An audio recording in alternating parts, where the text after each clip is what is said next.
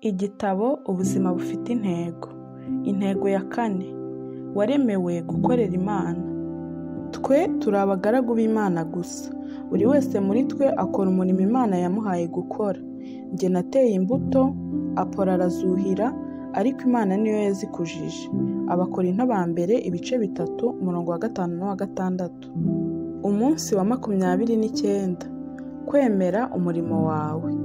Imana ubwayo niyo yatugize ibyo turi byo kandi duha ubuzima bushya muri Kristo Yesu. Kandi kera kose yari yaragambiriye ko tuzamara iyo minsi yo kubaho kwacu dufasha abandi. Abefeso ibice 2 umurongo w'10.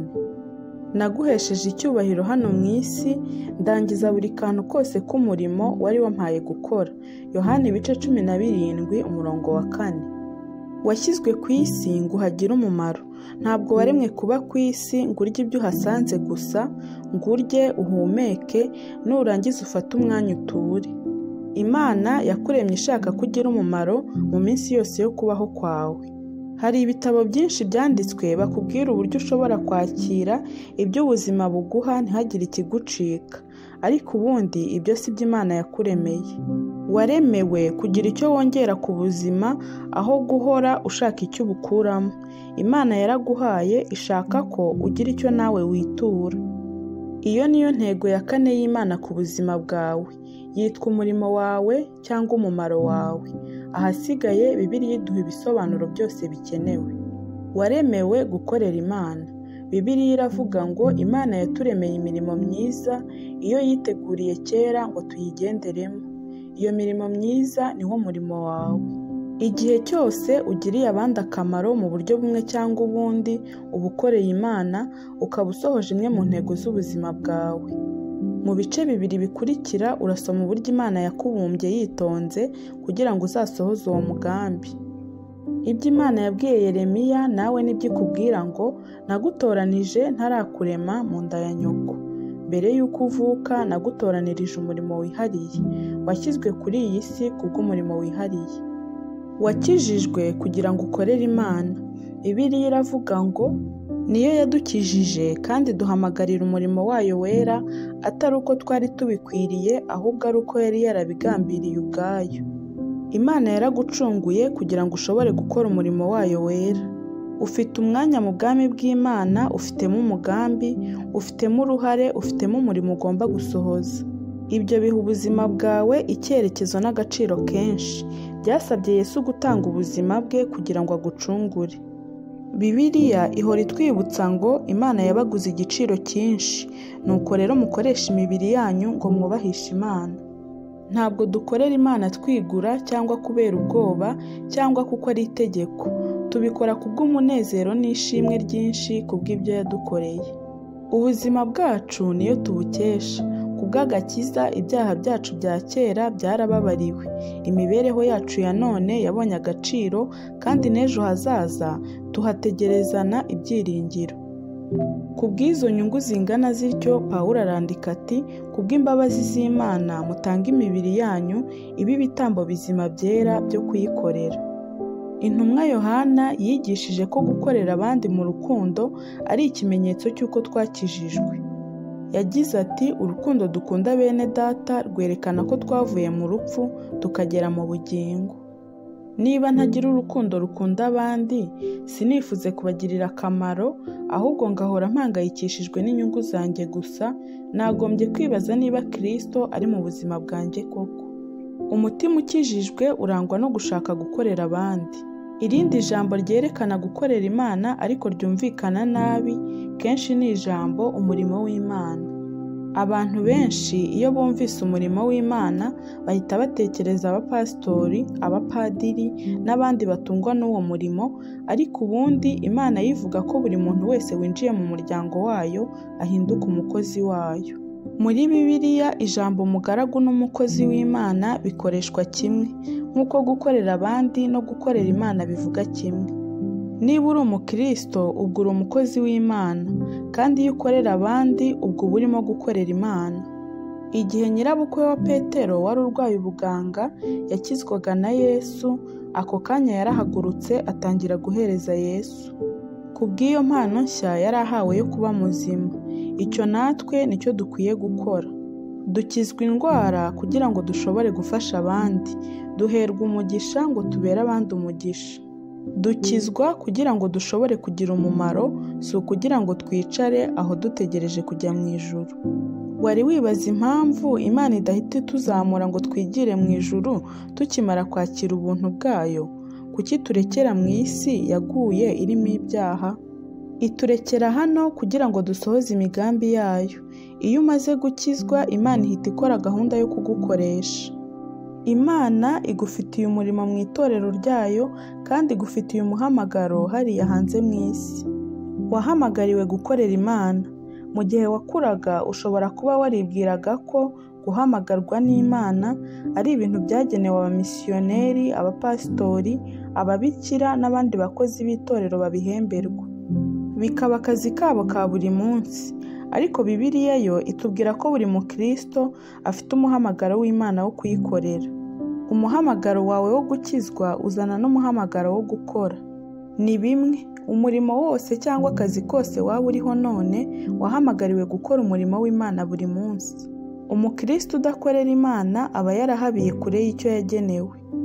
Bibiliya iravuga ngo yaradukijije, iduhamagarira kuba ubwoko bwayo, itabitewe n'imirimo yacu, ahubwo ibitewe n'uko yabigambiriye ubwayo. Petero akungamo agira ati, mwatoranirijwe kugira ngo mwamamaze ingeso nziza zo gushimwa z'Imana yabahamagaye. Igihe cyose ukoresha impano Imana yaguhaye ufasha abandi, uba urimo gusohoza umuhamagaro wawe. Bibiliya iravuga ngo ubu muri abuwo kugira ngo tubone uko tugira umumaro mu murimo we. Ukoresha igihe kingana iki ugira umumaro mu murimo w'Imana? Mu matorero amwe yo mu Bushinwa bakira abakristo bashya bababwira ngo ubu Yesu yungutse amaso abiri yo kurebesha, amatwi mashya yo kumvisha, ibiganza bishya byo gufasha n'umutima mushya wo gukundisha abandi.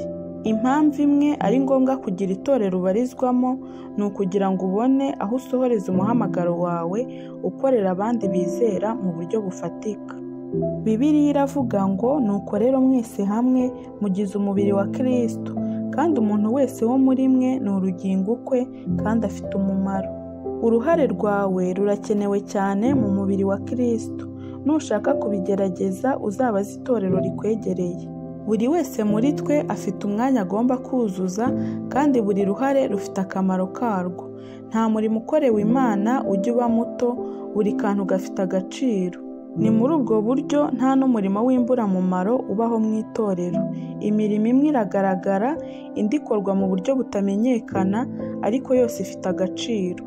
Kenshi imirimo mito cyangwa ikorerwa ahatagaragara cyane niyo ibyara umusaruro mwinshi.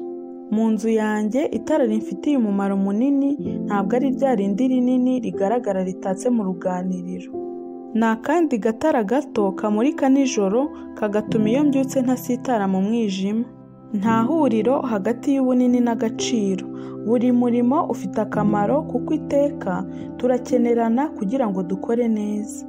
Bigenda bite iyo hari igice cy'umubiri wawe kidakora neza? Urarwara. Igice gisigaye cy'umubiri wawe kirababara. Tekereza ubyutse umunsi umwe ugasanga umwijima wawe wafashe icyemezo cyo kwigaragambya ukibera wonyine.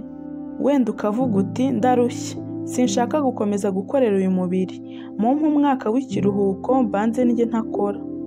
Ngomba gushaka ikimbereye cyiza akaba ari cyo nkora, mureke undi aba nsimbuye. Byagenda bite? Umubiri wawe wose wahita upfa. Uno munsi amatorero menshi agenda apfa kubera abakristo badashaka gukora, bakicara nk'indorerezi umubiri wose ukarwara. Wategetswe gukorera Imana. Yesu yabivuze yeruye adaciye iruhande agira ati, mugire kwitwara nk'ukwanjye kuko njye Mesiya ntaje ngo abandi bankorere, ahubwo naje gukorera abandi no kubatangira ubugingo bwanjye. Ku bakristo gukorera abandi si ikintu ukora ubishaka, utabishaka ukabyihorera, cyangwa se ikintu uhagika muri gahunda wasanga nta mwanya ukabireka. Ni wo mutima w'ubuzima bwa gikristo. Yesu yaje mu isi gukora no gutanga. Izo nshinga zombi nizo zagombye kuranga ubuzima bwawe nawe hano ku isi. Gukorera abandi no kwitanga bikubiyemo intego ya kane y'ubuzima bwawe. Mama Teresa wa Calcutta yigeze kuvuga ngo kubaho nk'intungane birangwa no gukora umurimo w'Imana useka. Yesu yigishije ko gukura mu mwuka atari intego yihariye. Ukura kugira ngo ugire umumaro. Turakura kugira ngo tugire ibyo dutanga. Ntibihagije guhora wiga ukunguka ubwenge. Tugomba gukoresha ibyo twamenye kandi tugashyira mu bikorwa ibyo tuvuga ko twemera. Ibyo wibwira ntubishyire mu bikorwa bitera agahinda. Guhora wiga ariko ntugire icyo ukora bibyara kugwingira mu by'ubugingo. Kuva kera abantu bakunda kugereranya inyanja ya Galilaya n'inyanja y'umunyu, kandi ibyo bazivugaho biracyari ukuri. Inyanja ya Galileya yuzuye amafi kuko yakira amazi ariko ikayasohora. Inyanja y'umunyu yo nta kinyabuzima kiyibamo, kandi ibyo biterwa n'uko nta mugezi uyisohokamo, bityo yahindutse ikizenga kitagira ubuzima. Kujya mu materaniro yo kwiga Bibiliya si cyo abakristo benshi bakeneye. Ibyo bazi badakora ni byinshi. Icyo bari bakeneye ni uburyo bwo gukorera abandi, bityo bakunguka imbaraga mu by'ubugingo. Gukorera abandi ntabwo biba muri kamere yacu tuvukana. Kenshi muri twe tuba twifuza ko badukorera kuruta uko twakorera abandi. Kenshi umva abantu bavuga ngo ndashaka itorero rihura n'ubukene bwanjye rikampesha umugisha. Si benshi uzumva bavuga ngo ndashaka aho nakora umurimo bityo ngo mbere abandi umugisha. Akenshi twifuza ko abandi badukorera ariko ntitubakorere. Ariko uko tugenda dutera intambwe mu kumenya Kristo, twagombye guhindura imitekerereze. Tugatangira kubaho ubuzima bwo gukorera abandi.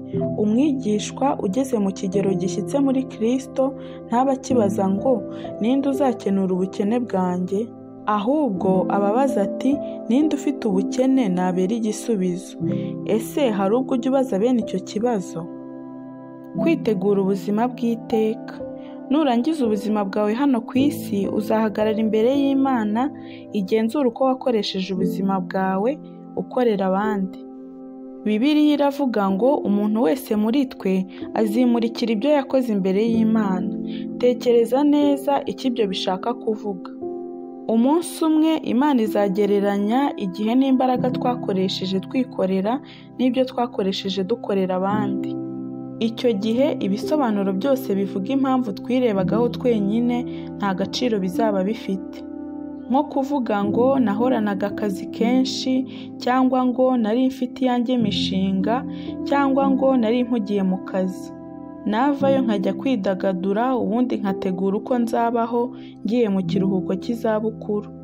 Kuri ibyo bisobanuro byose Imana izasubiza ngo ubyihanganire, ariko icyo gisubizo cyawe ntikinyuze. Narakuremye, ndakurokora, ndaguhamagara kandi ngutegeka kubaho ubuzima bugirira abandi umumaro. Muri ibyo byose ni icyo utari wasobanukiwe? Bibiliya iburira abatizera igira iti izasuka umujinya n'uburakari ku babaho birebaho. Abakristo bo bazabura ingororano zihoraho. Dutangira kubaho by'ukuri iyo dukorera abandi. Yesu yaravuze ati nukomeza gushaka gukiza ubuzima bwawe uzabubura. Abemera gutanga ubuzima bwabo ku bwanjye no ku bw'ubutumwa bwiza nibo bazahishurirwa kubaho by'ukuri icyo ari cyo. Iri hame ni iry'ingenzi cyane ku buryo Bibiliya rigarukaho inshuro 5 zose mu butumwa bwiza. Niba udakorera abandi uriho gusa, kuko ubundi intego y'ubuzima nyakuri ni ugukorera abandi. Imana ishaka ko wiga gukunda no gukorera abandi utishakira inyungu bwite. Gukorera abandi no kugira agaciro. Uko byamera kose hari icyo weguriye ubuzima bwawe. Ese ni iki? Ni akazi, imikino, kwidagadura, kwishakira icyubahiro cyangwa ubukire? Muri ibi byose nta na kimwe gifite agaciro gahoraho. Gukorera abandi niyo nzira yo kugira agaciro nyakuri. Iyo dutangiye gukorera abandi nibwo duhishurirwa agaciro k'ubuzima bwacu. Bibiliya iravuga ngo buri wese muri twe agira agaciro n'umurimo iyo yemeye kuba urugingo rw'umubiri we Kristo. Uko buri wese asohoza inshingano ye mu muryango w'Imana niko ubuzima bwe bugira agaciro k'iteka. Pawulo yagize ati, ndagira ngo mutekereze uburyo ibi byose bibaha agaciro gasumbyeho kubwo kwibuka umubiri mubereye ingingo. Imana ishaka kugukoresha kugira ngo ihindure ibintu ku isi. Ishaka gukorera muri wowe. Igifite agaciro si umubare w'iminsi uzarama, ahubwo ni icyo uzayikoramo. Igifite agaciro si igihe uzabaho, ahubwo ni uburyo uzabaho. Niba nta murimo ukorera abandi cyangwa ukorera Imana, ni iyihe mpamvu wagiye utanga nk'urwitwazo? Aburahamu yari ashaje. Yakobo yari abuze icyizere. Leya ntiyari afite uburanga. Yozefu baramugambaniye. Mose yaradidimangaga. Gideyoni yari umukene. Samusoni ntiyari azi kwifata. Rahabu yari indaya. Dawidi yarasambanye kandi arangije agira ibibazo by'uburyo bwose mu muryango we. Eliya yisabiye Imana kumwica. Yeremiya yahoraga mu maganya. Yona yanze kumvira. Nawomi yari umupfakazi. Yohana Umubatiza yari afite imyitwarire idasanzwe. Petero yarahubukaga kandi akarakara. Marita yarahangayikaga. Umusamariyakazi yari yarashatse abagabo benshi. Zakayo yaryaga ruswa, abantu bose bakamwanga. Toma yarashidikanyaga. Pawulo yari afite ibibazo by'uburwayi. Timoteyo we yagiraga ubwoba. Ibyo byose bikwereka intege nke z'abantu batandukanye, nyamara abo bose Imana yarabakoresheje mu murimo wayo. Nawe izagukoresha nuhagarika gushaka impamvu zo kudakora. Umunsi wa 29. Gutekereza ku ntego y'ubuzima bwanjye. Ingingo yo kuzirikana. Gukorera abandi si amahitamo. Umurongo wo gufata mu mutwe. Kuko turi abo yaremye, ituremeye imirimo myiza muri Kristo Yesu, iyi Imana yiteguriye kera ngo tuzayigenderemo. Abefesi 2:10a. Ikibazo cyo gutekerezaho. Ni iki kimfata kikambuza kwitaba ijwi ry'Imana rimpamagarira kuyikorera?